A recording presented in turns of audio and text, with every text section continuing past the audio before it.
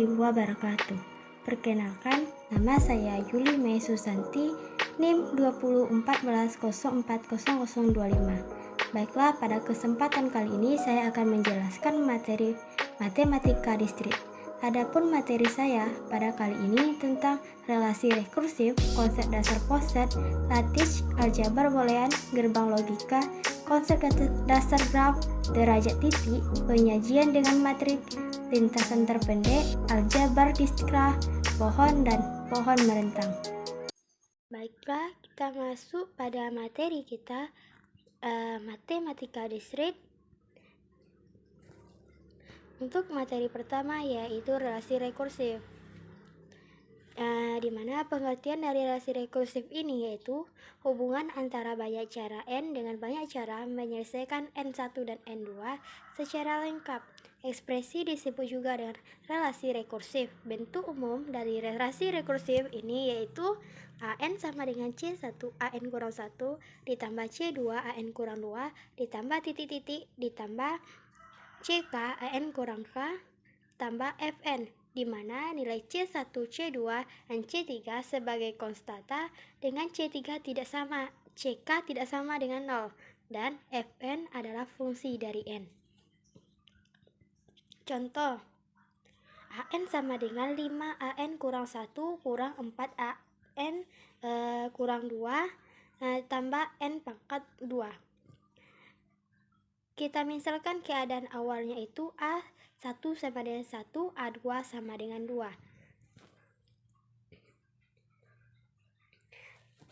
Di mana An kurang 1 sama dengan 0, An sama dengan 1.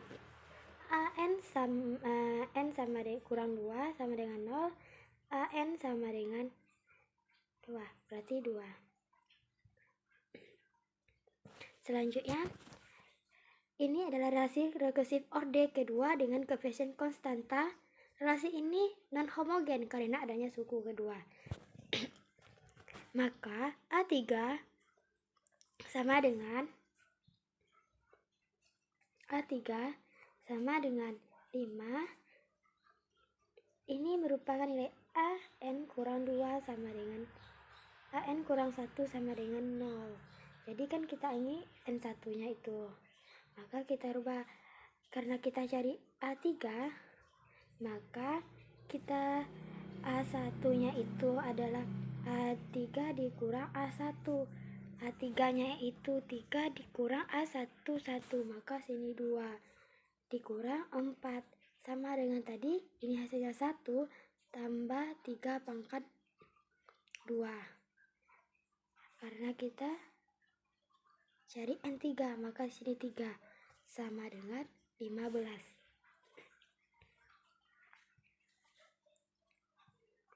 Selanjutnya, contoh kedua,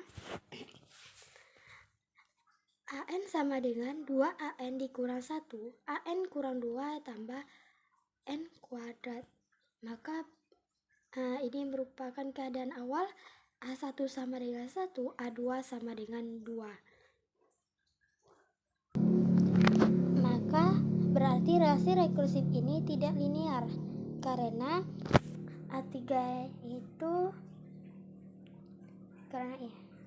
maka kita masukkan aja A3 sama dengan 2, A2 nya sama dengan cari awal, cara kita mencari yang awal tadi, maka dikalikan 2 dikalikan 1 sama dengan ditambah 3 pangkat N pangkat 2, karena tadi N kuadrat, maka hasilnya itu 13.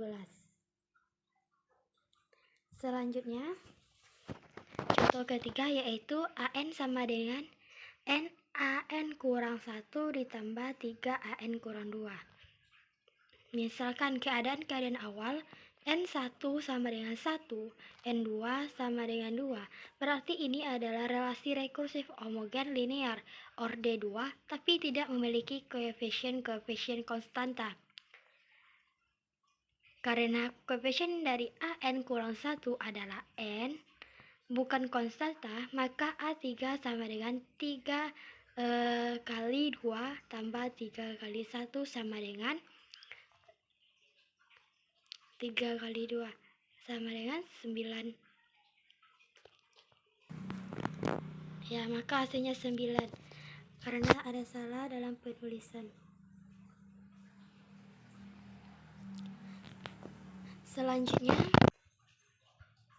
yaitu relasi rekursif, tentang relasi rekursif linear. Maka jadi relasi rekursif ini ada namanya relasi rekursif linear, di mana pada relasi ini persamaan rekursif linear derajat K atau orde K adalah persamaan rekursif yang dapat ditulis dengan bentuk xn sama dengan A1 xn dikurang 1 ditambah A2 xn dikurang 1 ditambah A3 xn dikurang 1 ditambah AK xn dikurang K.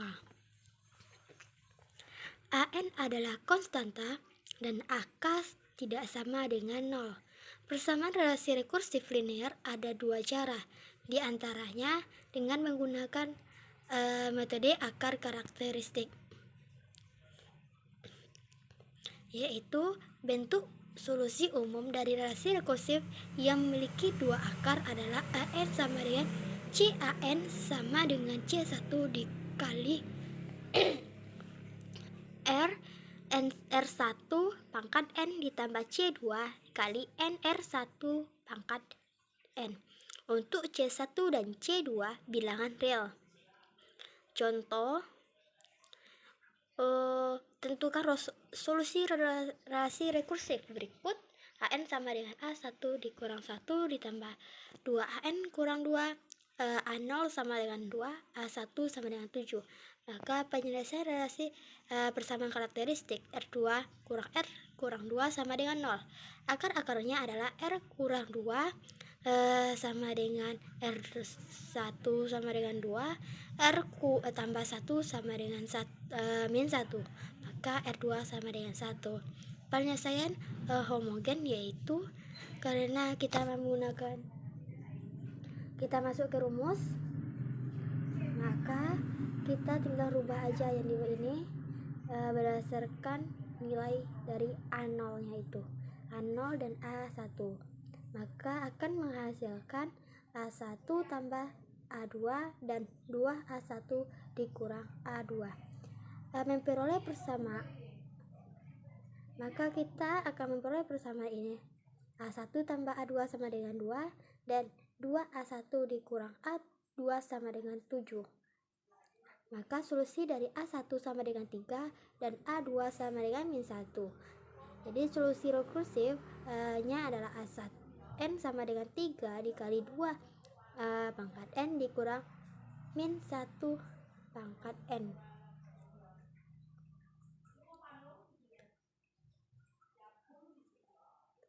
Yang kedua yaitu relasi rekursif linear dengan fungsi pembangkit. Contoh, selesaikan relasi rekursif AN dikurang A N kurang 1 sama dengan 2N kuadrat N besar dari 1 dan A0 sama dengan 9. Maka penyelesaiannya menggunakan solusi umum, di mana solusi umumnya yaitu sebagai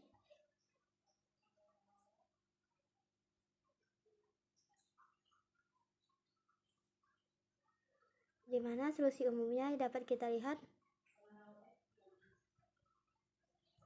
seperti yang tertera ini. Ini AN sama dengan A0 sigma N mendekati 1 N F fungsi dari I. Tinggal memasukkan angka, maka kita akan memperoleh 9 tambah 1 per 3N, N tambah 1, 2N tambah 1.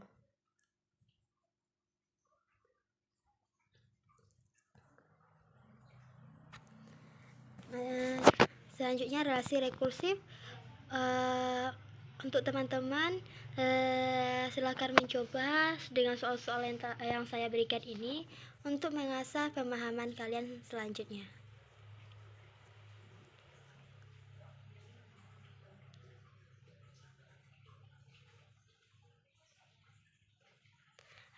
Baiklah, kita masuk kepada materi kita yang kedua, yaitu konsep dasar poset. Pengertiannya, suatu relasi biner R pada himpunan A dinamakan sebagai suatu relasi pengurutan tak lengkap atau relasi pengurutan parsial, partial ordering relation, jika ia bersifat refleksif atau refleksif, antisimetrik, tolak setangkup, dan transitif atau penghantar.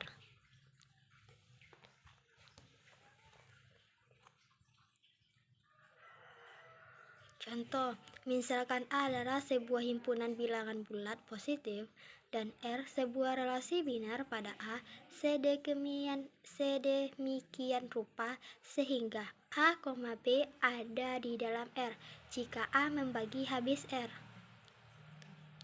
Jawab A, karena jika A membagi habis B. Kita misalkan A adalah 4 membagi habis dengan 2, berarti 4 bisa dibagi dengan 2, berarti B tidak bisa membagi dengan A. Karena misalkan 2 tidak mungkin bisa dibagi dengan B.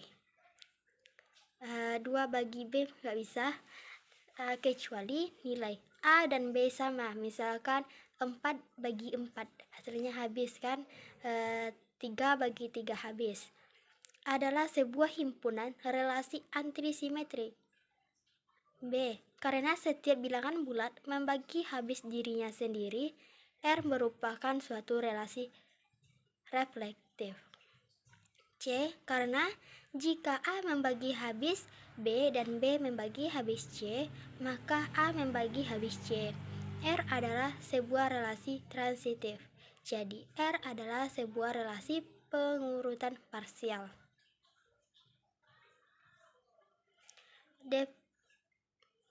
Definisi suatu relasi biner pada sebuah himpunan disebut urutan parsial ketat atau quasi order, static parting order jika relasi tersebut bersifat 1. Implisif, jika A tidak berelasi dengan A untuk setiap A elemen S. Transitif, jika A berelasi dengan B dan B berelasi dengan C, maka A berelasi dengan C. Notasi relasi urutan parsial ketat adalah kecil.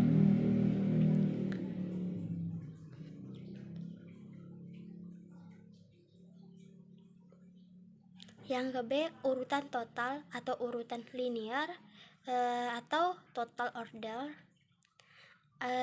Adapun definisinya yaitu suatu urutan parsial kecil sama atau sama dari pada himpunan disebut urutan total jika berlaku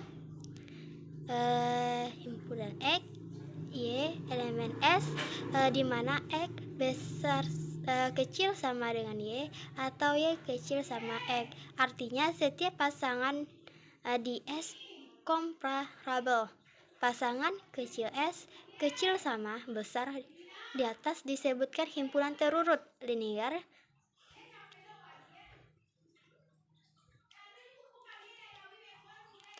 C. Diagram poset atau Harse. Representasi grafik suatu relasi pengurutan parsial yang semua tanda panahnya mengarah ke atas jika juga dikenal dengan diagram Harse sebagai relasi tersebut. Contoh, A sama dengan 1, 2, 3, 4, 6, 8, 9, 12, 18, dan 24.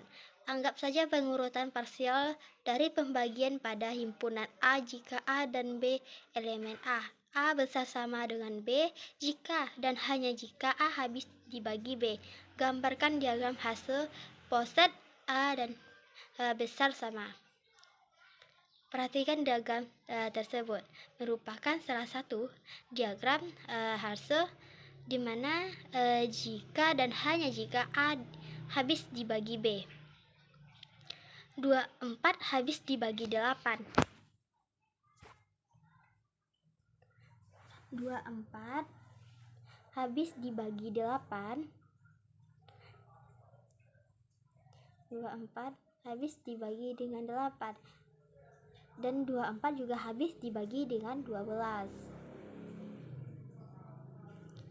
Selanjutnya kita 8 habis dibagi 4, dan 12 juga habis dibagi 4 dan dibagi 6. 18 kita ambil angka-angka yang sudah ada di himpunan A ini. Jadi 18 habis dibagi 9 dan 6. Sedangkan 6 habis dibagi 2 dan 3. 9 habis dibagi 3 saja. Jadi 6, karena 6 habis dibagi 2 dan 3, maka 2 dan 3 habis dibagi 1.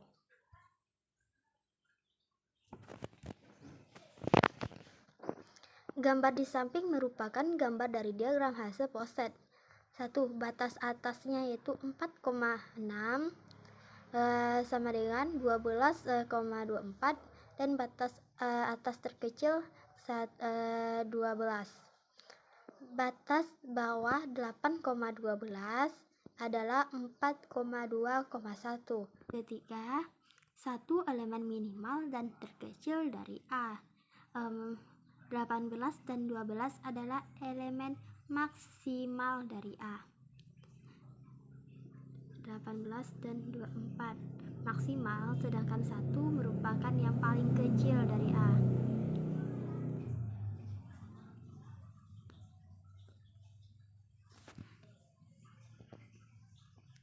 Selanjutnya yaitu untuk mengasah kemampuan teman-teman sekalian, cobalah untuk 3 soal yang telah saya berikan ini. Baiklah, kita masuk kepada materi kita yang ketiga, yaitu lattice. Lattice merupakan sebuah poset L kecil sama yang setiap himpunan bagian A dan B yang mempunyai 2 elemen, yaitu infimum dan supremum. Misalkan L tidak sama dengan 0 yang tertutup oleh 2 biner, mid dan join.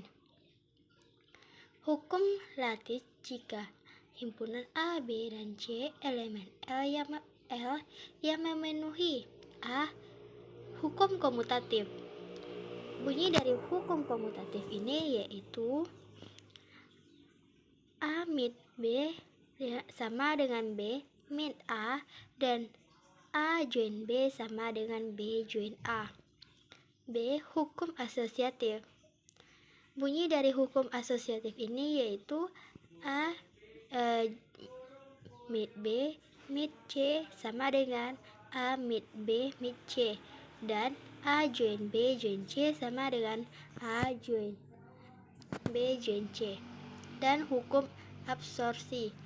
Bunyi dari hukum ini yaitu A join A mid B sama dengan A, dan A mid A join B sama dengan A. Contoh, misalkan B1, B dan C yang merupakan himpunan bagian dari A, maka batas dari B1 dan adalah F, H, I, J, dan supremum B1 adalah F. Misalkan B2 adalah H dan I merupakan himpunan bagian dari A, maka batas bawah dari B2 adalah A, B, C, D, F, dan G, dan infimum B2 adalah F dan G. Di bawah ini merupakan gambar mulai dari infimum dan supremum dari contoh B1 dan B2.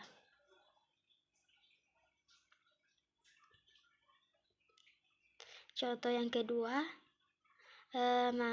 perhatikan gambar poset di bawah ini yang merupakan lattice gambar A, B, dan C.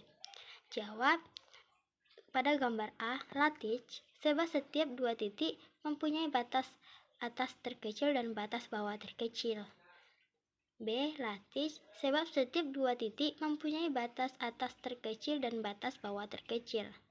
Sedangkan C bukan lattice karena D dan B mempunyai 3 batas atas C dan D dan I, dan tidak ada salah satu dari mereka mendahului dua yang lain. Jadi sub D dan B tidak ada.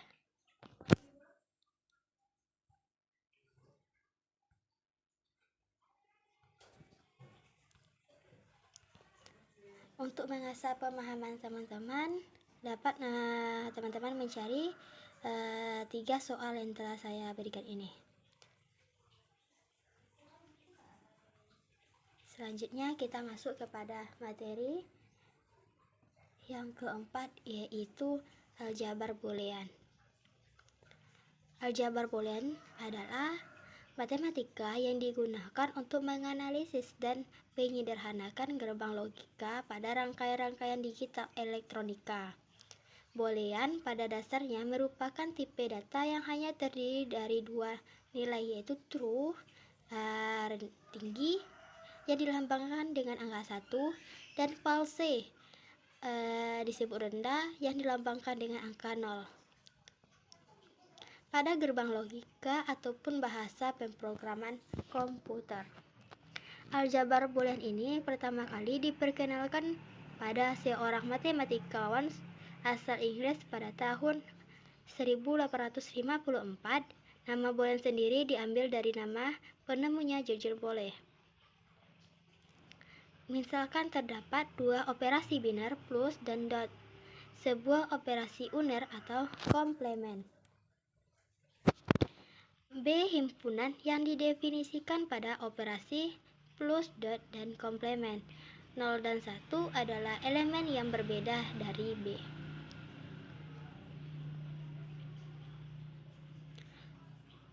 Jadi untuk sebuah aljabar boolean ini kita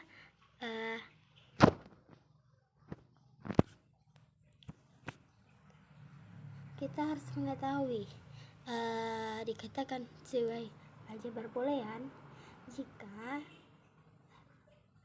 aljabar ini memenuhi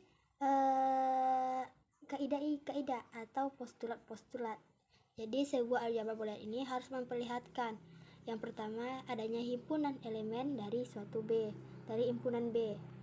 Yang kedua adanya kaidah operasi untuk operasi biner dan operasi uner. Yang ketiga harus memenuhi postulat Huntington.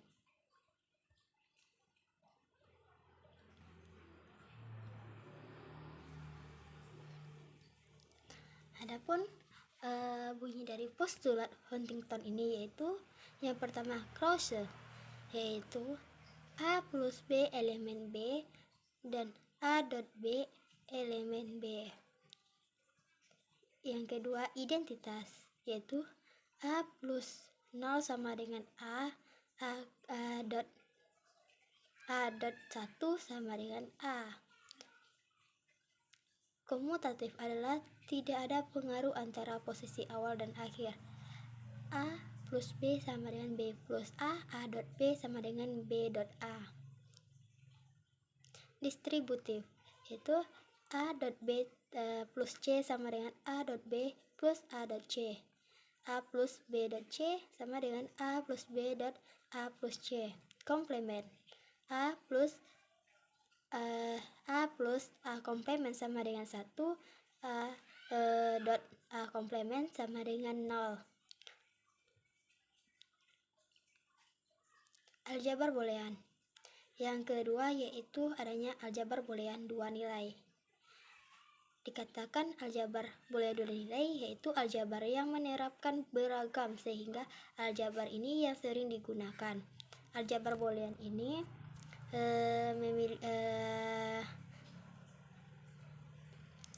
aljabar ini terdapat B sama dengan 0 dan 1, operasi biner, plus dan dot, operasi uner, komplement, kaidah untuk operator biner dan operator uner.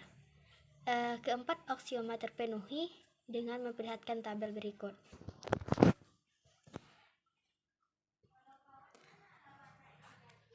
Perhatikan tabel ini.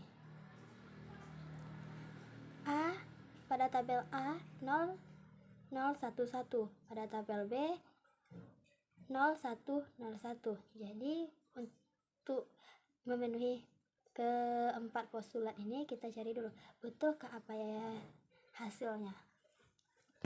Dapat kita lihat A dot B. A sama dengan A kali B. Berarti 0 dikali 0 sama dengan 0. 0 kali 1 sama dengan 0. 1 dikali 0 sama dengan 0. 1 dikali 1 sama dengan 1. Maka aksioma 1 terpenuhi. Untuk aksioma kedua, ini merupakan menggunakan plus. A plus 0 plus 0 sama dengan A tambah 0 tambah 0 sama dengan 0. 0 tambah 1 sama dengan 1. 1 tambah 0 sama dengan 1. 1 tambah 1 sama dengan 1. Jadi aksioma kedua terpenuhi. Kita masuk ke aksioma ketiga, yaitu komplement. Jadi pada aksioma ini, ingat, aksioma ini mempunyai A dan 1. Komplement dari 0 adalah 1, komplement dari 1 adalah 0.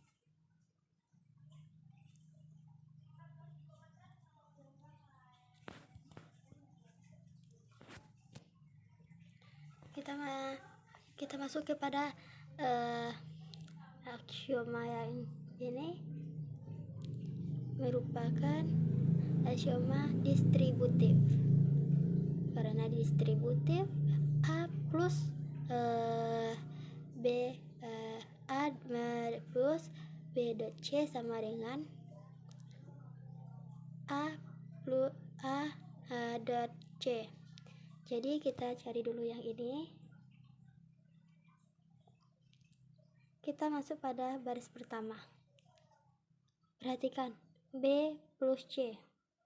Yang ini, maka B tambah C. Nilai dari B tambah C adalah 0 dan 0. Maka 0 tambah 0 adalah 0. Sampai seterusnya. 0 tambah 1 adalah 1.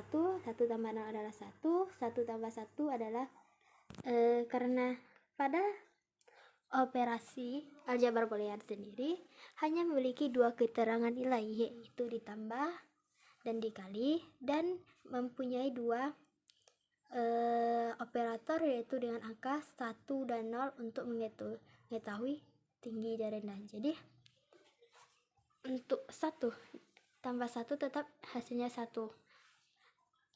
karena tidak menggunakan angka selain 1 dan 0. Kita kalikan dengan ini. Karena ini sudah terjawab semuanya, karena ini sudah terjawab, maka kita lanjut ke yang sini. Karena nilai A nya 0, nilai B nya adalah 0, maka 0. Berarti A titik A dot B plus C.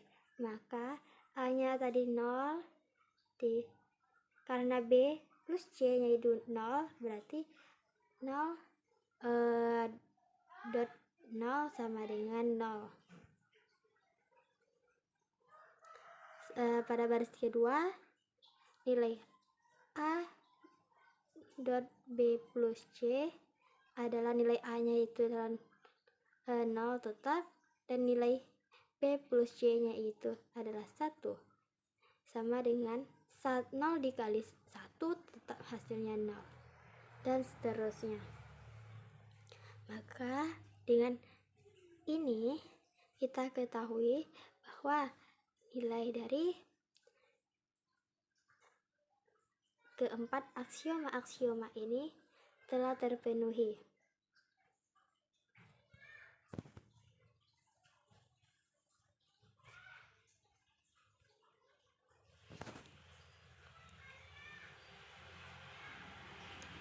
Kita masuk kepada ekspresi boolean.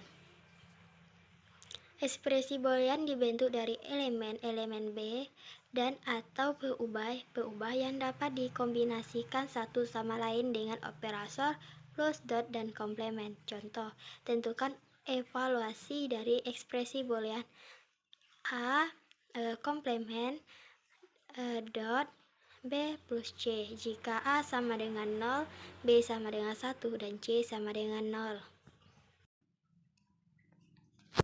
Maka, untuk menjawab pertanyaan itu, tinggal kita masukkan nilai pada persamaan ekspresi boolean A plus dot B A plus dot B plus C.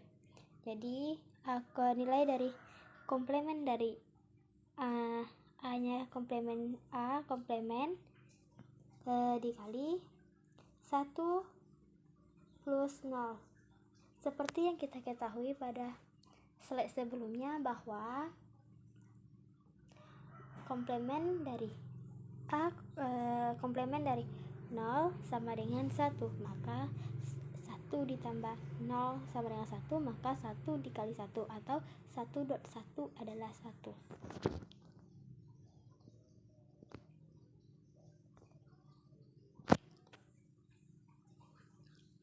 Prinsip dualitas. Misalkan S adalah kesamaan identity di dalam aljabar boolean yang melibatkan operator plus dot dan komplement. Pernyataan S ekspresi diperoleh dengan cara mengganti pernyataan dari prinsip dualitas diperoleh dengan cara mengganti plus dengan dot dengan plus, 0 dengan 1, 1 dengan 0, dan Anda membiarkan komplement operator tetap apa adanya. S disebut dengan dual dari S. Contoh 1.1 0 tambah A komplement sama dengan 0, maka dualnya A tambah 0 1 tambah A komplement sama dengan 1. Contoh kedua, A komplement tambah B sama dengan AB, maka dualnya adalah A plus A komplement dot B sama dengan A plus B.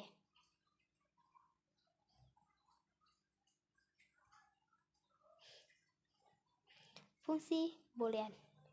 Fungsi boolean adalah sebuah fungsi yang dibentuk oleh n variabel aljabar boolean.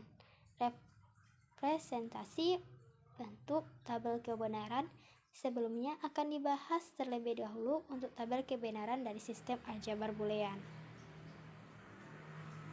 Contoh, fx sama dengan x. Fungsi dari fx adalah x. Yang kedua, fungsi dari x, y adalah x komplement y tambah x y komplement tambah y komplement. Selanjutnya kita masuk aja ke contoh yang kelima. Metakan fungsi boolean 1,0,1 yang berarti nilai dari x sama dengan 1, y sama dengan 0, dan z sama dengan 1 pada fungsi f, x, y, z. Maka kita sama dengan x, y, z tambah x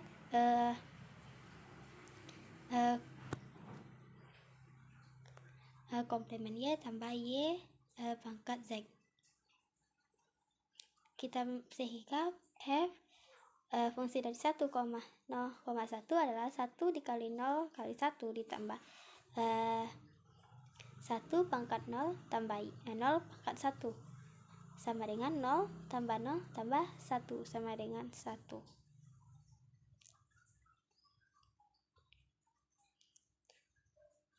Jadi untuk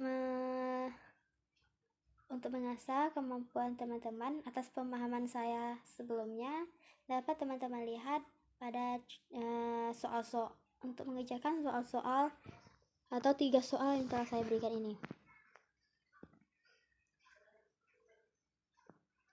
Baiklah, kita masuk kepada materi yang keempat.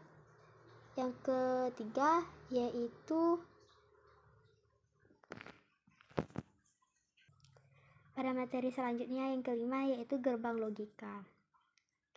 Pengertian gerbang logika atau logic gates merupakan rangkaian dengan satu atau lebih sinyal masukan tetapi hanya satu sinyal keluaran. Jadi masuknya itu banyak, sedangkan keluarnya tetap satu.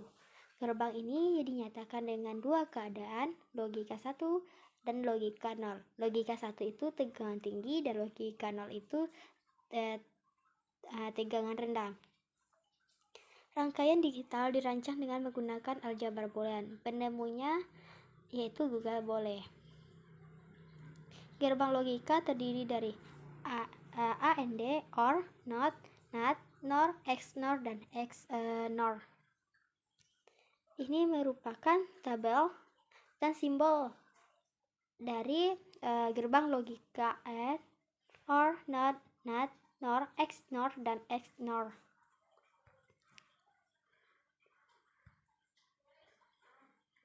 Contoh, F sama dengan AB komplement ditambah A komplement B tambah AB. Tentukan gerbang logika dan tabelnya. Penyederhanaan terlebih dahulu yaitu F sama dengan AB komplement tambah AB, A komplement B tambah AB. F adalah A, B komplement tambah B tambah A komplement B sama dengan A, B komplement tambah B sama dengan 1 tambah AB sama dengan A tambah A komplement B, maka A tambah B. Maka gerbang logika dan tabelnya adalah gerbang logika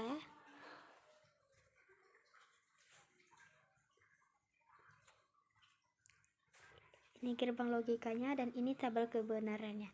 Adanya input dan output. Inputnya itu ada 2, A dan B, dan outputnya hanya 1.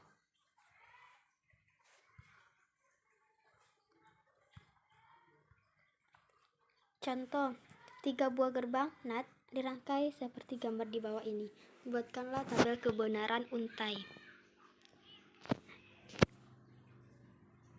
Merupakan ada 3, 1, 2, dan 3. Merupakan gerbang NAT. Jadi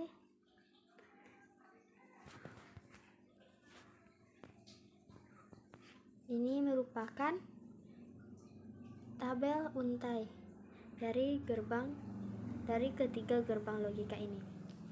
Adanya 4 untuk inputnya A, B, C, dan D, dan outputnya atau keluarnya adanya 1. Maka tabel untai dari gerbang logika di samping dapat memperlihatkan maka tabel untai gerbang logika di atas dapat diperlihatkan pada gambar di samping. Tabel kebenaran di samping memuat seluruh variasi masukan A, B, C, dan D yang terdiri dari 4 masukan sehingga membuat 16 baris.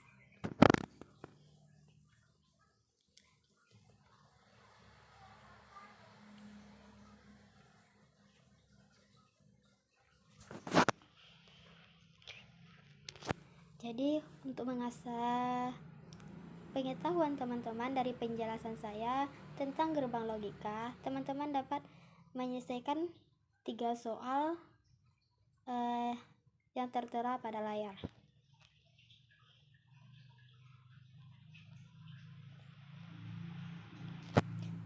Konsep dasar graf. Secara matematis, graf didefinisikan sebagai pasangan himpunan FE yang ditulis dengan notasi G sama dengan FE, yang dalam hal ini F adalah himpunan tidak kosong dari simpul-simpul dan E adalah himpunan sisi yang menghubungkan sepasang simpul. Graf dimungkinkan tidak mempunyai sisi satu buah pun, tetapi simpulnya harus ada minimal 1. Graf yang hanya mempunyai satu buah simpul tanpa sebuah sisi pun dinamakan graf trivial. Secara geometri, graf digambarkan sebagai sekumpulan nokta atau simpul-simpul atau vertex di dalam bidang dwimatra yang dihubungkan dengan sekumpulan garis atau sisi. Memperlihatkan gambar di bawah ini. Teman-teman dapat melihat gambarnya. Ada gambar G1, G2, dan G3.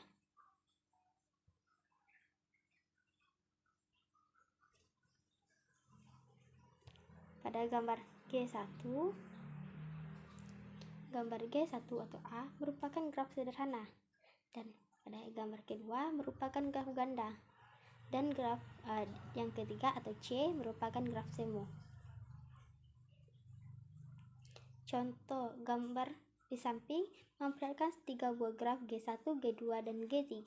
G1 adalah graf dengan simpul F dan himpunan E adalah F. Seperti kita jelaskan tadi, F adalah himpunan tidak kosong dari simpul-simpul. Jadi himpunan yang tidak kosong dari simpul-simpul ada 1, 2, 3, dan 4. E adalah himpunan sisi yang menghubungkan sepasang simpul. Jadi himpunan sisinya yaitu 1,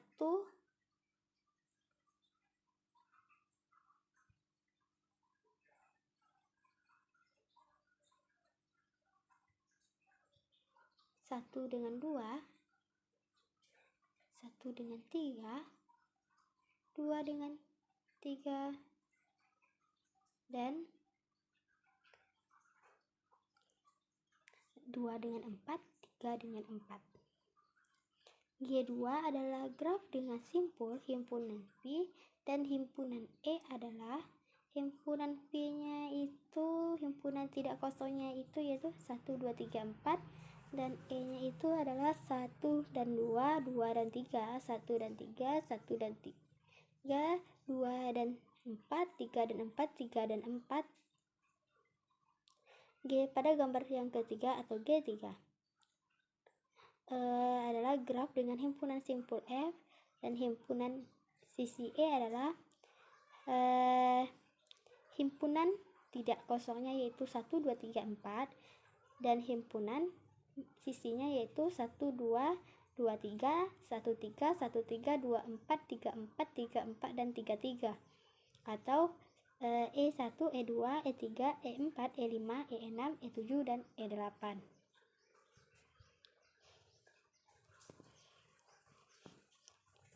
Jenis-jenis graf. Jenis-jenis dasar graf dapat kita lihat dengan memperhatikan tabel di bawah ini.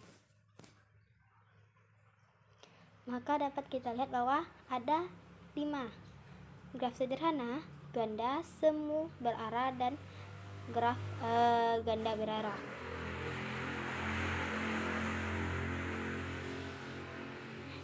Ini merupakan contoh dari graf sederhana.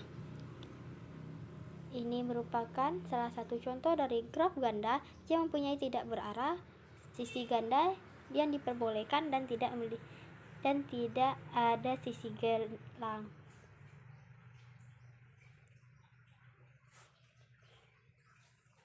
Ini merupakan graf semu.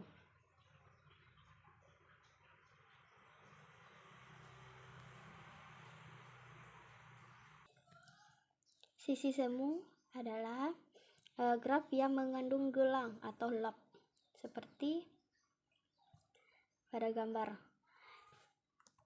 Yang ketiga yaitu graf berarah. Graf berarah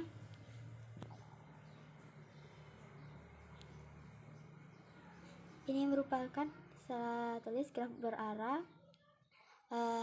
Contohnya yaitu ini, adanya arah atau tanda panah. Yang selanjutnya yaitu graf ganda berarah.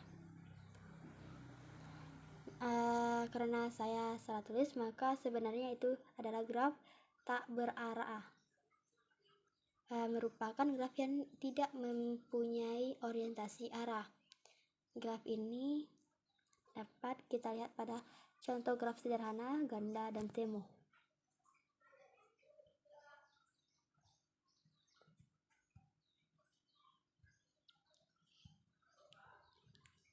Adapun terminologi graf, terdapat beberapa istilah yang sering digunakan yang berkaitan dengan graf. Selanjutnya akan dibahas beberapa terminologi graf dalam graf yang sering dipakai. Yang pertama, graf bertetangga, yaitu dua buah simpul pada graf yang tak terarah yang dikatakan bertetangga bila keduanya terhubung langsung dengan satu sisi. Graf bertetangga seperti ini. Jadi 1, 2, 3, dan 4. Pada gambar disimpulkan bahwa simpul 1 bertetangga dengan simpul 2 dan 3, dan simpul 1 tidak bertetangga dengan simpul 4. Yang kedua, graf bersisian adalah sisi dikatakan bersisian dengan suatu simpul apabila sisi tersebut berhubung dengan simpul tersebut secara langsung. Contohnya, kita bikin graf dulu. Adanya graf 1, graf 2, graf 3, dan graf 4. Maka sisi dari 2, ini sisinya, maka sisi dari 2 dan 3 bersisian dengan simpul 2 dan 3. Dan sisi 2 dan 4 bersisian dengan simpul 2 dan 4. Tetapi sisi 1 dan sisi 2 tidak ada simpul karena kecuali dibikin.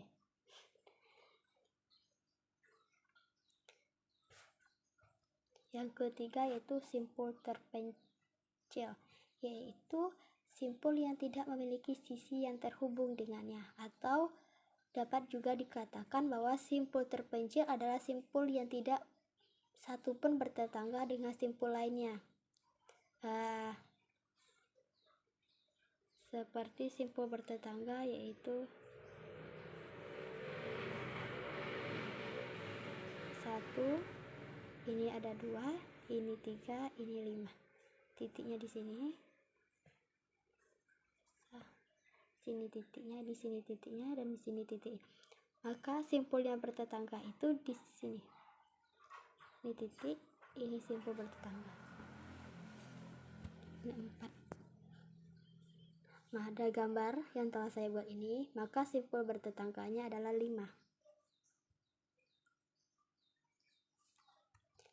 Yang keempat yaitu simpul kosong, adalah graf yang tidak memiliki sisi, namun masih memiliki himpunan titik yang berjumlah lebih dari atau sama dengan 1.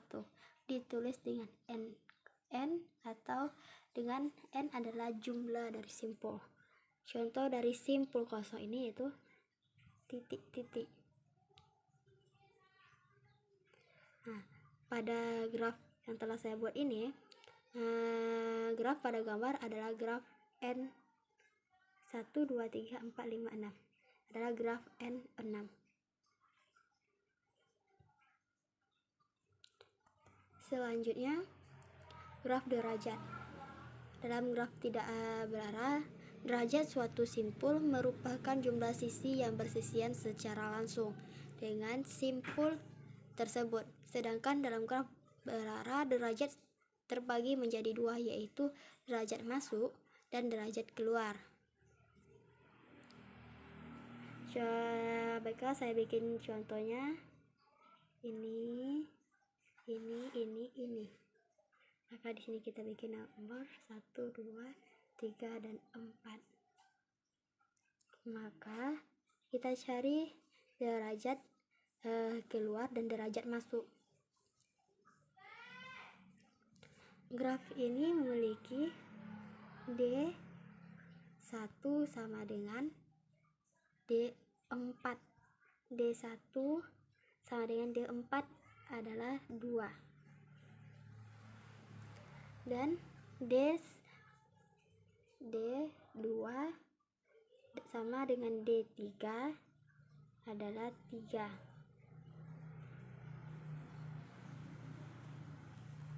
Yang ke enam, lintasan merupakan rangkaian simpul dari sisi yang dilalui suatu simpul awal F0 ke simpul tujuan Fn. Penulisan ditulis berselang-seling antara himpun simpul dan sisi dengan bentuk E1,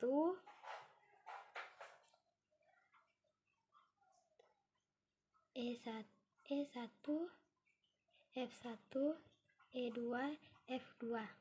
Seperti ini dan seterusnya. Sedemikian sehingga E1 maka sedemikian sehingga E1 sama dengan F0, F1, E2 sama dengan F1, F2 sampai seterusnya dengan sisi-sisi dari graf G. Selanjutnya kita masuk pada sirkuit atau siklus, adalah lintasan yang berawal dan berakhir pada simpulan yang sama. Selanjutnya terhubung.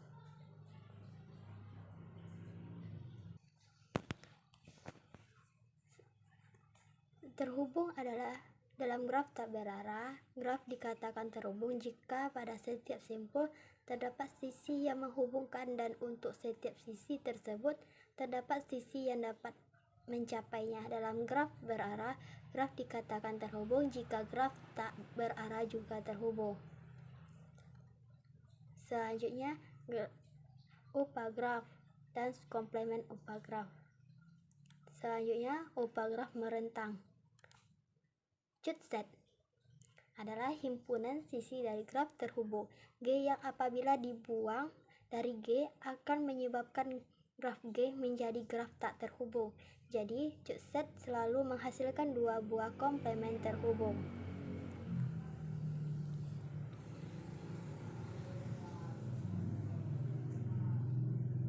Contoh dari cut set, misalkan himpunannya seperti ini, maka cut setnya itu yaitu kita ambil yang satu ini dan merupakan dari cut set ini 1, 3, 2, 5, 4 dan 6. Berarti ini 1, 5, 2, 5, 6 dan 4. Selanjutnya graf berbobot. Graf berbobot ini yaitu graf yang telah diberikan bobot. Seperti perhatikan gambar yang saya bikin 1, 2, 3, 4. Maka graf berbobotnya yaitu yang memiliki bobot pada setiap sisi. Ini 10, 20, 9, 7, 3. Ini merupakan bobotnya.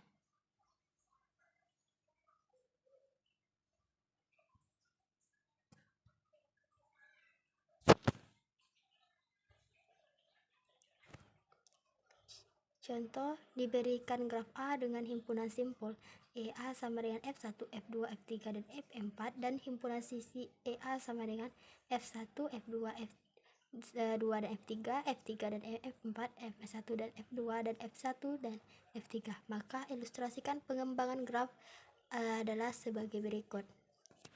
Maka pada contoh dapat kita lihat pengembangan grafnya.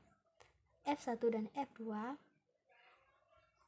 F1 dan F2, lunas 1, F2 dan F3, F2 dan F3, lunas yang kedua, F2, F3 dan F4, F3 dan F4, lunas, F1 dan F4, berarti F1 dan F4 nya terhubung, lunas, F1 dan 1 dan F3 nya juga lunas.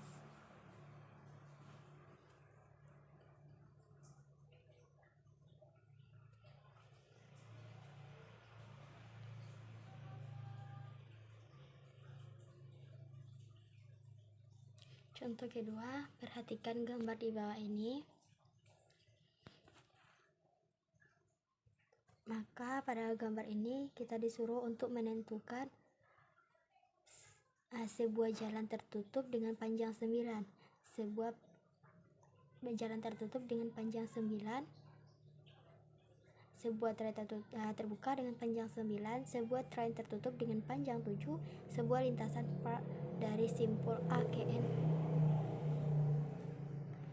Maka pada gambar itu kita tentukan jawabannya. Contoh jalan tertutup dengan panjang 9 adalah jalan dengan barisan titik I, C, D, E, M.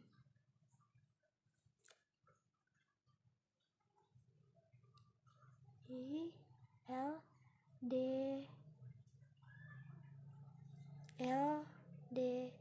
K, C, I.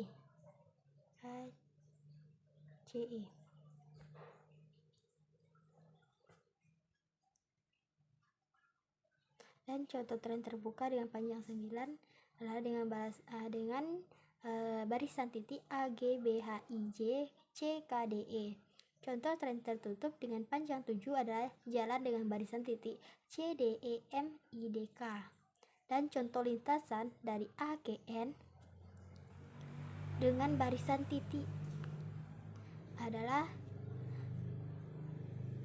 A, G, karena tujuannya adalah N, maka A, G, B, I, C, D, E, dan N.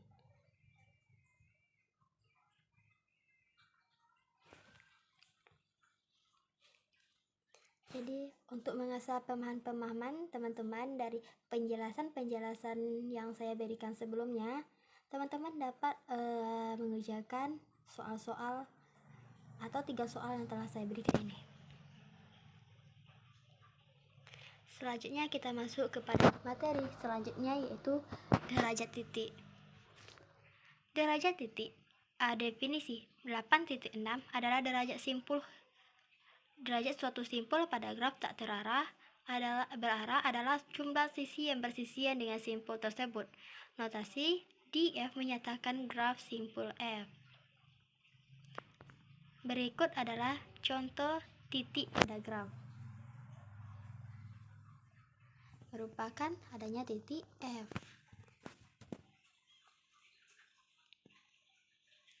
Derajat titik. Derajat pada graf berarah definisi 8.7. Pada graf berarah derajat simpul F dinyatakan dengan D in F adalah derajat masuk sama dengan jumlah busur yang masuk ke simpul F. D out F adalah derajat keluar jumlah busur yang keluar dari simpul F. Maka DF sama dengan D in F tambah D out F. Yang kedua, derajat tak berarah merupakan jumlah keseluruhan derajat dari derajat suatu simpul. Yang ketiga, lemma jabat tangan. Lemma jabat tangan adalah jumlah derajat semua simpul pada satu graf adalah genap, yaitu 2 kali jumlah sisi pada graf tersebut. Ini merupakan cara mencari lemma jabat tangan. Sigma E elemen L df sama dengan 2 mutlak F.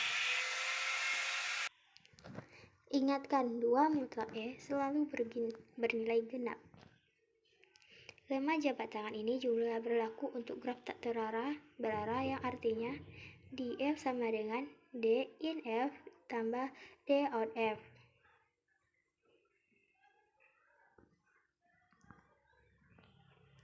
Contoh 1. Ada jalan raya dengan persimpangan yang merupakan pertemuan 3 jalan atau lebih. Ini merupakan contoh dari derajat titik.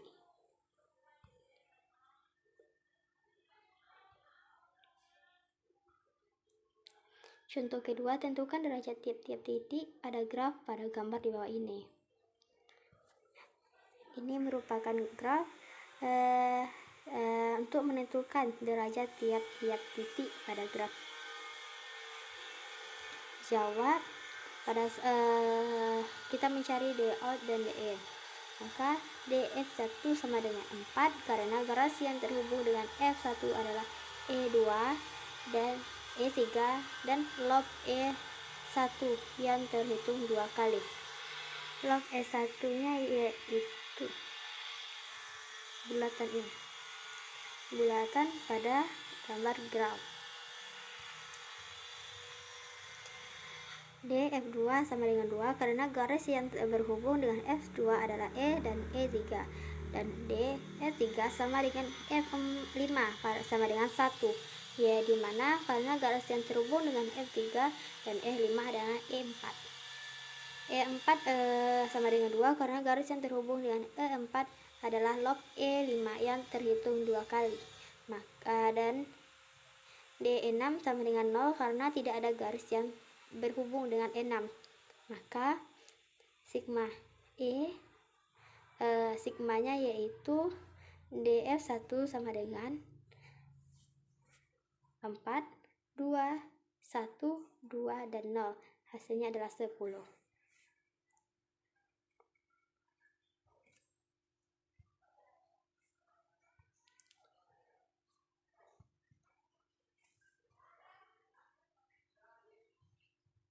Jadi ini merupakan soal untuk mengasah kemampuan teman-teman dengan soal pertama, yaitu tentukan banyak derajat graf.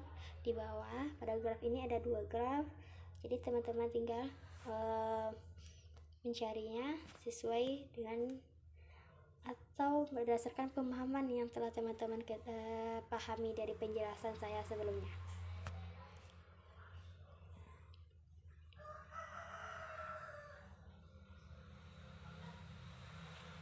Baiklah, kita masuk kepada materi selanjutnya, yaitu matrik penyajian graf. Definisi: misalkan disajikan graf G dalam matrik ruas B ukuran M kali 2, maka setiap baris matrik dinyatakan ruas. Misalnya baris 4 dan 7 menyatakan ada ruas yang menghubungkan simpul 4 dan 7. Matrik adjensi dari graf G yaitu matrik yang menghubungkan vertex dan vertex tanpa ruas sejajar adalah matrik A berukuran N kali N yang bersifat Hij adalah 1 bila ada ruas F1 dan Fj, 0 bila dalam hal lain.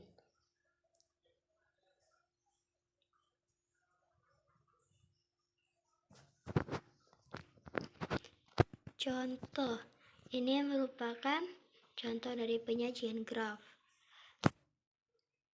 Dari contoh kita ketahui adanya pasangan dari matrik, bisa menggunakan kayak gini, menurun atau mendatar.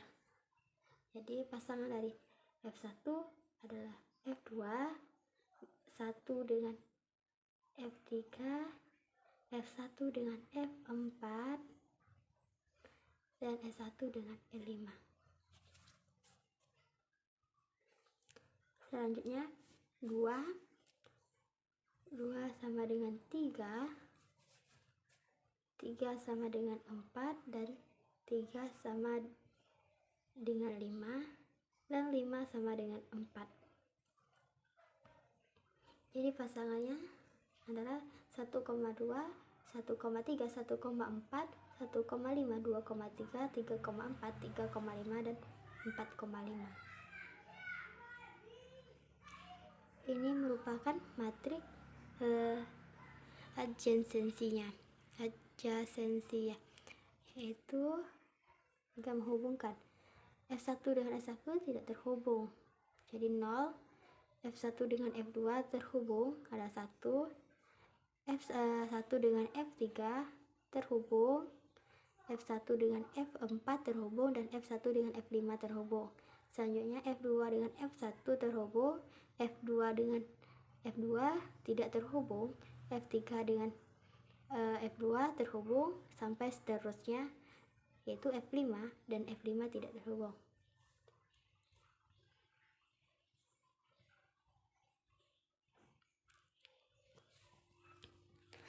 Graf terarah. Graf terarah adalah graf yang dapat menghubungkan F1 ke F2 saja satu arah. Maksimal jumlah busur dari N simpul adalah N kurang 1. Suatu graf berarah D terdiri atas 2 himpunan, yaitu himpunan F anggota dari simpul dan himpunan A merupakan himpunan pasangan terurut. Yang kedua adanya graf terarah, yaitu graf tak terarah, yaitu graf yang tidak memiliki arah tapi yang berhubungkan simpul pada graf tersebut. adanya critical path menggunakan graf berbobot dan mempunyai arah dari critical path, simpul asal dan simpul tujuan. Adanya minimum spanning tree merupakan spanning tree yang mempunyai bobot dan tidak mempunyai arah dengan hasil penjumlahan bobotnya adalah minimum.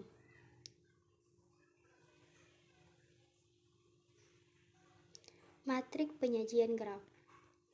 Contoh, perhatikan gambar di bawah ini merupakan graf matrik penyajian graf di mana sebuah graf berarah di F, A dengan 1F mengandung 4 simpul yaitu 1, 2, 3, dan 4.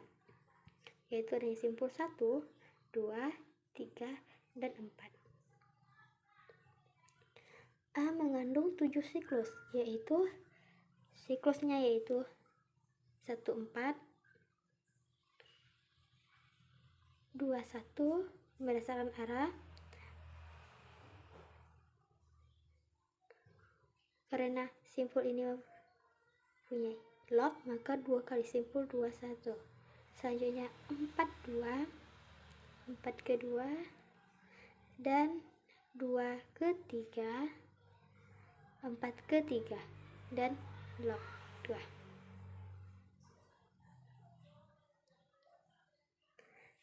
Ingat, ini kedua tadi, 3 tadi, dan ini log. Dan baru dihapus. Ulang lagi, 1 ke 4, 2 ke 1, 2 ke 1, 4 ke 2, 4 ke 3, 2 ke 3, dan log adalah 2. Aklus 2,2 disebut gelung atau slave log, sedangkan aklus 2,1 muncul lebih dari 1 kali disebut dengan aklus sejajar atau aklus ganda.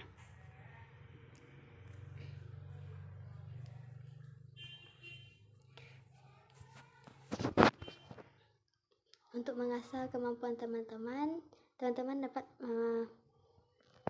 menyelesaikan 3 soal. Dengan soal pertama, tentukan critical path dari simpul A ke simpul D dengan gambar graf di samping. Untuk soal kedua, bila diketahui simpul dari suatu graf berarah adalah 5, maka maksimum jumlah busur dari graf tersebut adalah.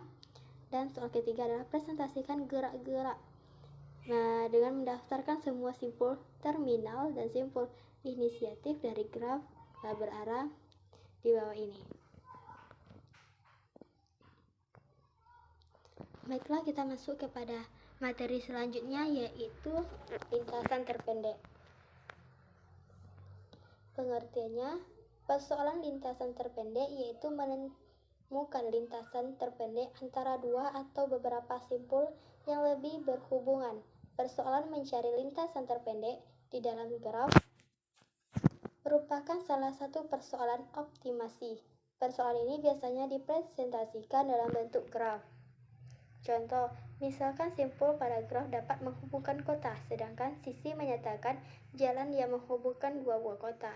Bobot sisi graf dapat menyatakan jarak antara dua buah kota atau rata-rata waktu yang ditempuh antara dua kota tersebut. Apabila terdapat lebih dari satu lintasan dari tempuh antara dua buah kota A dan kota B, maka persoalan lintasan terpendek di sini adalah menentukan jarak terpendek atau waktu tersingkat dari kota A ke kota B.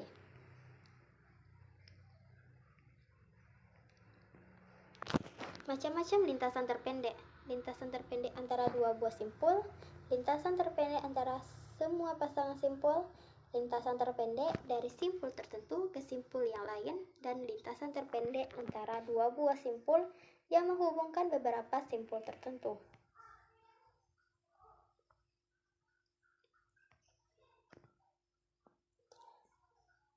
Contoh lintasan terpendeknya yaitu menentukan jarak terpendek atau waktu tertentu dengan ongkos yang termurah. Yang kedua, lintasan terpendek dari simpul tertentu ke simpul yang lain. Yang ketiga, contohnya yaitu menentukan lintasan terpendek antara dua buah simpul yang melalui beberapa simpul tertentu.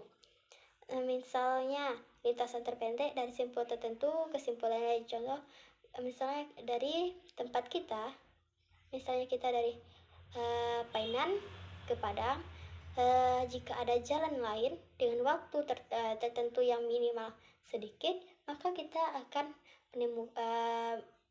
menggunakan jalan yang waktu yang minimum sedikit dan jalan yang terpendek tersebut.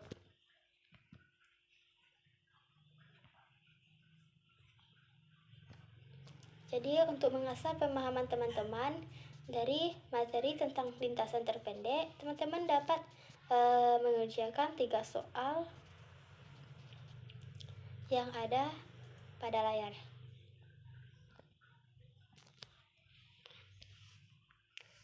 Baiklah, kita masuk pada materi selanjutnya tentang algoritma Dijkstra.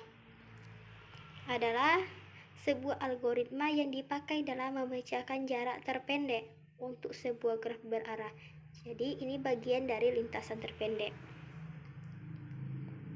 Pernyataan dari algoritma Dijkstra ini adalah permasalahan rute terpendek dari sebuah titik ke titik lain adalah sebuah masalah klasik optimasi yang banyak digunakan untuk menguji sebuah algoritma yang diusulkan.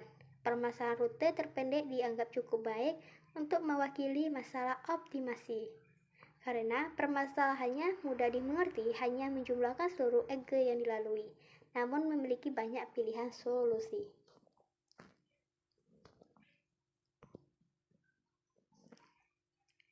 Jadi, menurut algoritma Dijkstra ini memiliki langkah-langkah untuk menentukan barisan terpendeknya. Ada 6 langkah. Yang langkah pertamanya yaitu tentukan titik mana yang menjadi node awal atau node awal. Lalu beri bobot jarak pada node pertama ke node terdekat satu persatu. Maka algoritma Dijkstra akan melakukan pengembangan pencarian dari satu titik ke titik yang lain dan titik selanjutnya. Selanjutnya, beri bobot atau jarak untuk setiap titik ke titik lainnya melalui set nilai 0 pada node awal dan nilai tak hingga pada node lain yang tidak dapat dijangkau oleh node awal. Yang ketiga, set semua node yang belum diketahui dan set node awal sebagai node keberangkatan. Yang keempat, dari node keberangkatan, pertimbangkan node tetangga yang belum dilalui dan hitung jaraknya dari titik keberangkatan. Jika jarak ini lebih kecil dari jarak sebelumnya, hapus data lama dan simpan ulang data dengan jarak yang baru. Saat selesai, pertimbangkan setiap jarak terhadap node tetangga. Tandai node yang telah dilalui melalui node dilewati. Node yang dilewati tidak akan pernah dicek kembali. Jarak yang disimpan adalah jarak terakhir yang paling minimal bobotnya.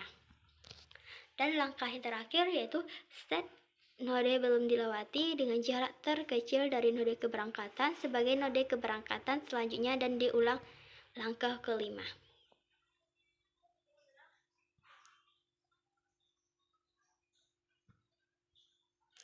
Contoh, hitunglah jarak terdekat dari F1 ke F7 pada gambar berikut ini. Jadi pada gambar kita lihat, kita disuruh untuk menentukan F1 dan F7 dengan jarak terkecil.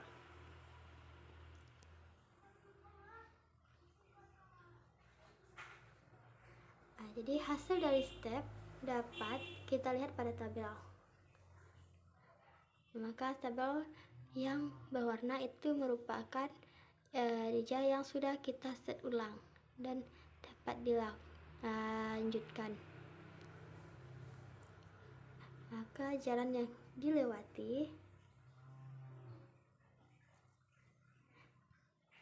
dengan jarak terpendek yaitu F1 ke F2 dengan 5, selanjutnya F3,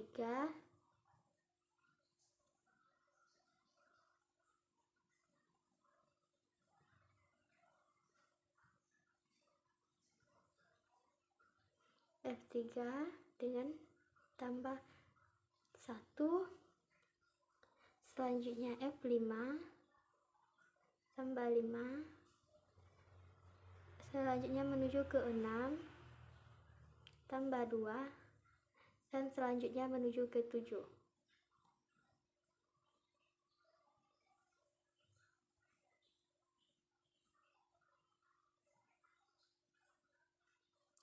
Menuju ke 7 dengan tambah 3. Jadi 6 tambah 5 11 tambah 2 13 tambah 3 berarti 16, merupakan jarak yang terpendek.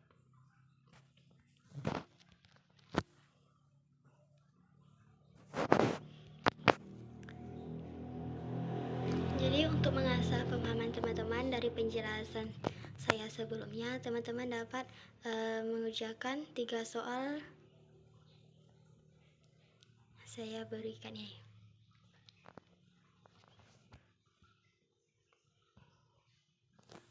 Selanjutnya kita masuk kepada materi kita yang ke-10, yaitu pohon. Pohon atau disebut juga dengan tree merupakan graf berarah yang terhubung dan tidak memiliki sirkuit. Ada 2 buah sifat penting pada pohon terhubung dan tidak mengandung sirkuit. Pada gambar di bawah hanya G1 dan G2 yang pohon, sedangkan G3 dan G4 bukan pohon karena tidak terhubung dengan persilangan 2 buah sisi. Jadi pada gambar ini, gambar 1 dan gambar kedua merupakan pohon, sedangkan 2 yang ini tidak pohon.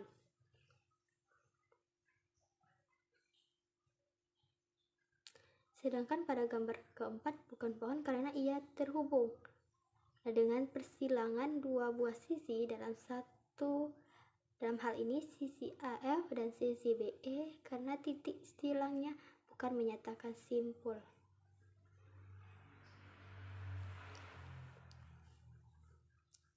Pohon memiliki sifat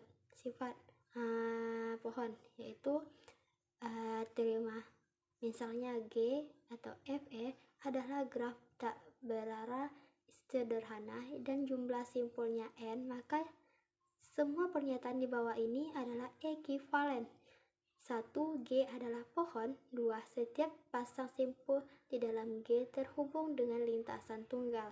3. G terhubung dan memiliki M sama dengan 1, N dikurang 1 buah sisi. G tidak mengandung sirkuit dengan memiliki M sama dengan N kurang 1 buah sisi. G tidak mengandung sirkuit dan penambahan satu sisi pada graf akan membuat hanya satu sirkuit. G terhubung dan semua sisinya adalah jembatan. Terima di atas dapat dikatakan sebagai definisi lain dari pohon. Yang ketiga itu adanya pohon, maka kumpulan dari pohon, makanya ada hutan. Jadi hutan adalah kumpulan pohon yang tidak saling atau graf yang tidak terhubung dan tidak mengandung sirkuit. Setiap komponen di dalam graf terhubung disebut dengan pohon. Ini merupakan hutan yang terdiri dari 3 buah pohon. Ini pohon 1, pohon 2, dan pohon 3. Pohon ini tidak terhubung dan tidak mengandung sirkuit.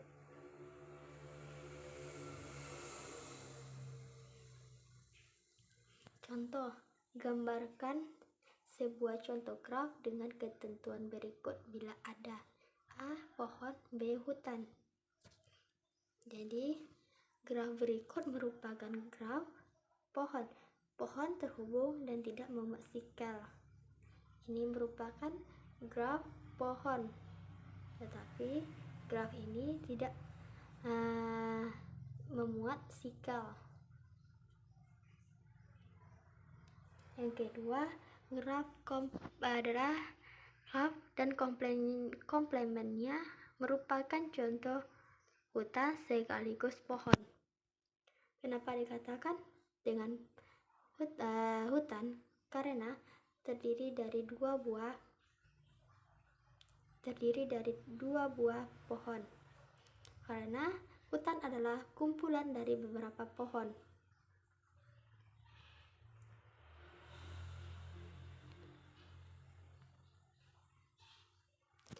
Contoh untuk mengasah pemahaman teman-teman dari penjelasan tentang pohon yang saya jelaskan tadi, teman-teman dapat mengerjakan 3 buah soal yang ada pada layar. Baiklah, kita masuk kepada materi kita selanjutnya, yaitu tentang pohon rentang. Pohon merentang adalah upagraf merentang yang berupa pohon dari graf terhubung. Pohon merentang diperoleh dengan memutuskan sirkuit di dalam graf. Setiap graf terhubung mempunyai saling sedikit satu buah pohon merentang. Graf tak terhubung dengan K komplement mempunyai K buah hutan merentang yang disebut dengan hutan merentang. Pohon rentang graf G pohon pada graf G yang memuat semua titik di G. Ini merupakan contoh dari pohon merentang dari graf G pada graf.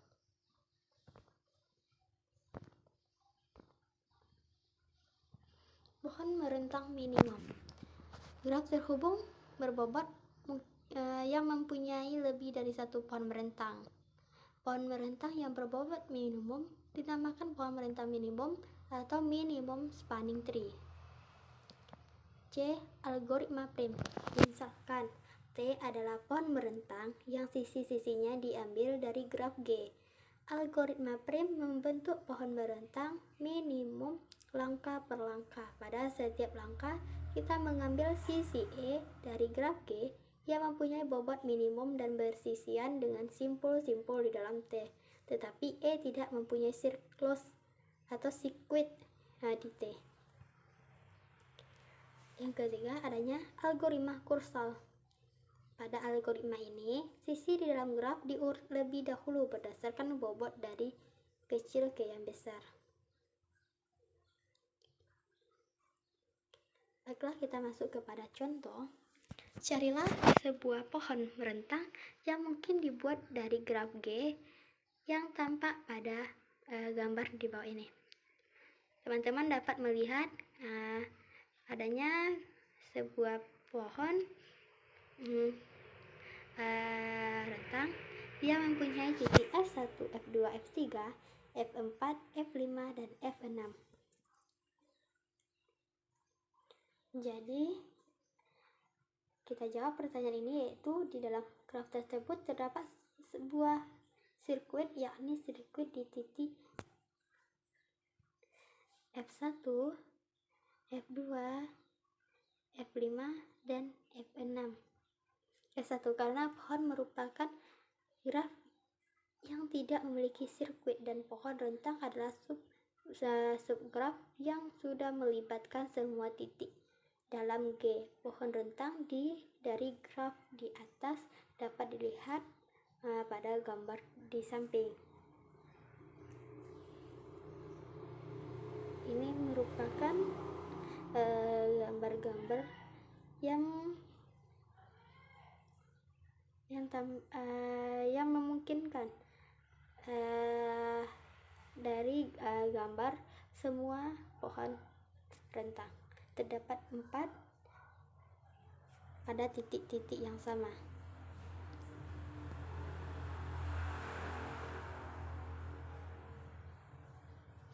Contoh yang kedua, gambarkanlah 3 buah pohon merentang minimum yang berbeda beserta bobotnya untuk graf pada gambar di bawah ini dengan menggunakan algoritma Prim. Teman-teman dapat melihat gambarnya. Adanya titik A, B, C, D, E, F, G, H, A, B, C, D, E, F, G, H, I, J, K, L. Jawab, graf di atas memiliki beberapa sisi yang berbobot sama, maka ada kemungkinan bobot pohon merentang minimumnya lebih dari 1. 3 buah di atas, di antara seperti di samping. Ini merupakan gambaran dari 3 buah pohon merentang yang mempunyai bobot minimum 1, 2, dan 3. 1, 2, dan 3.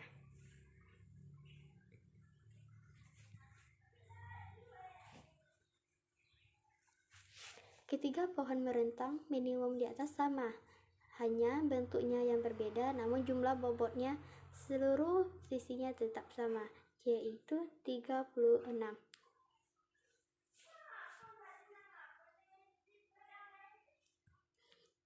Jadi itu penjelasan saya tentang pohon merentang. Teman-teman, untuk mengasah pemahaman teman-teman lebih lanjut, dapat menjawab pertanyaan-pertanyaan yang telah saya berikan.